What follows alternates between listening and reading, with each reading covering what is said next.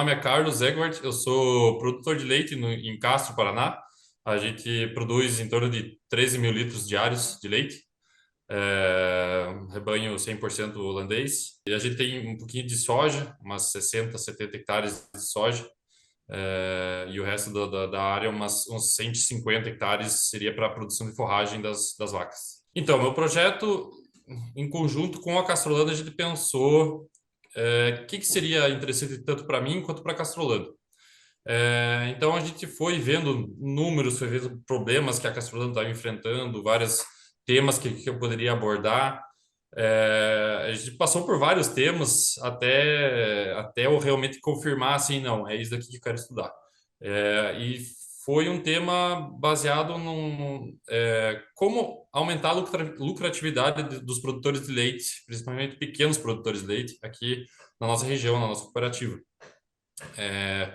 Pensando em agregar valor ao leite, produção de queijos, de lácteos, fazer um sistema de produção diferente. Enfim, isso foi porque a cooperativa ela identificou, pelo menos já faz quase 2 anos, mas segue essa tendência, ela identificou uma, uma saída grande de pequenos produtores da cooperativa. Muitos pequenos produtores saindo da cooperativa, não aguentando a concorrência com os produtores maiores.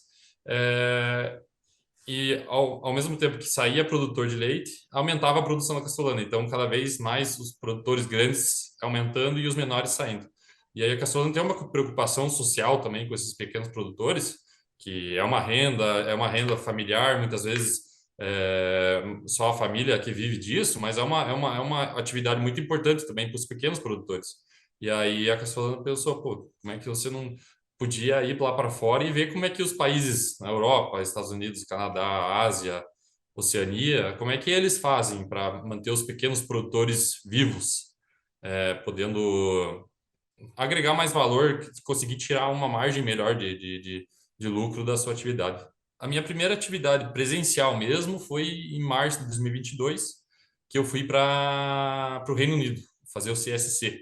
Então, o CSC foi o encontro lá a gente ficou lá durante 7 dias em Londres, não em Londres, em Norwich, e aí no finalzinho a gente terminou em Londres. Ali foi um encontro, se eu não me engano, tinha mais de 150 scholars ou membros da Nuffield naquele encontro, naquela conferência. Falamos sobre todos os aspectos da agricultura, tendências do futuro. Foi uma chuva de informações, assim, foi muito, muito bom. Eu tentei absorver o máximo que eu pude, tentei conhecer o máximo de pessoas possíveis. Tinha muitos australianos, que a Nuffield é muito forte na Austrália, mas tinha gente da Holanda, da África, do Canadá, Estados Unidos, Ásia, tinha o pessoal do Japão agora entrou na Nuffield também. E aí, em junho de 2022, eu fiz o GFP, que aí você viaja com eu estava um grupo de 10 pessoas,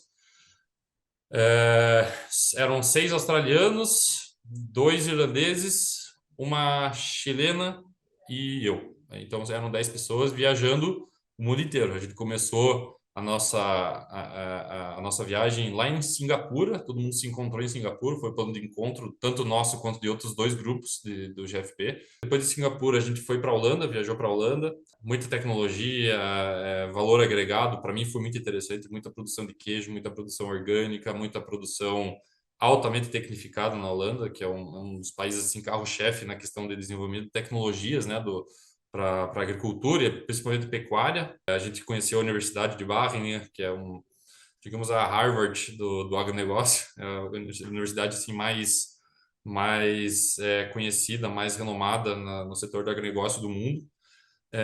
Foi muito interessante, muito legal. Após isso, a gente foi para o Canadá. No Canadá, a gente também conheceu um país é, uma expansão geográfica do tamanho parecido com do Brasil. Então, era mais próxima da nossa realidade. É, Foi interessante porque eles tinham um grande debate sobre plantio de teto, se valia a pena ou não. Eles tinham que fazer muito esforço para promover o plantio direto lá no Canadá, sendo que aqui no Brasil, pelo menos na minha região onde eu vivo, é um negócio super padrão, assim, todo mundo faz, ninguém discute se é bom ou não para o solo. E lá ainda tinha muita resistência ao plantio direto, sabe? Mesmo sendo um país super desenvolvido, eles ainda têm aquele conservadorismo, assim, tipo, eu sempre fiz desse jeito, não quero mudar, meu pai fez assim, meu avô fez assim, então eu vou fazer assim. Então ainda tem aquele, é muito forte no Canadá esse conservadorismo. Vi muita tendência fazendas altamente intensificadas, voltando, tentando voltar mais para o sistema pasto, focando bastante em tentar, principalmente para a opinião pública, que lá no Canadá é tem uma voz muito maior do que aqui no Brasil ainda, eu vejo.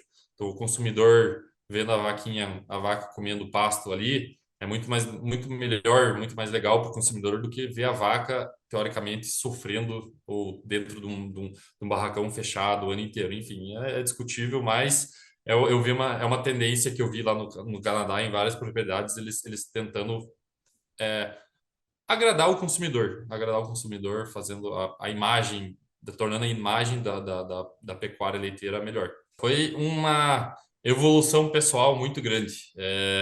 Eu entrei, como eles sempre falam, quando você entra no Nuffield, você acaba tendo uma síndrome de intruso, que você fala, pô, como é que eu tô aqui no meio desses caras? Que nem o grupo da Nuffield do Brasil tem engenheiro, tem veterinário, tem agrônomo, tem consultor, tem empresário gigantesco, tem de tudo.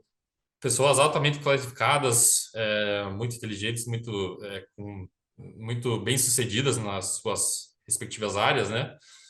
E aí vem o Carlos de Castro, produtor de leite, tipo, eu não me sentia, eu me sentia como se eu tivesse um intruso realmente no meio daquelas pessoas. Mas logo fui me sentindo muito à vontade no grupo, fui participando das discussões, dando meu ponto de vista, ponto de vista do produtor, né? Enfim, eu melhorei muito minha gestão à distância.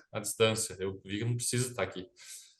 Melhorei muito minha proatividade nesse sentido de trabalhar fora do meu mundinho, que é a propriedade rural. Dificuldade danada, é uma coisa simples, parece, mas eu tinha uma dificuldade danada para falar em público. Negócio que eu não conseguia até desde a faculdade, assim, tinha que fazer seminário, fazer essas coisas assim. Eu tinha uma dificuldade, mas não sei, talvez pelo amadurecimento da pessoa. E com a Nuffield, eu tive que fazer, por exemplo, uma apresentação em inglês de um GFP virtual. Eu tive que falar sobre a minha fazenda acho que devia ter umas 100 pessoas assistindo. Claro, não era um público que estava na minha frente, mas eu tinha que fazer uma palestra, fazer uma apresentação ali em inglês para várias pessoas. Então, essa desenvolvimento pessoal foi muito bom também.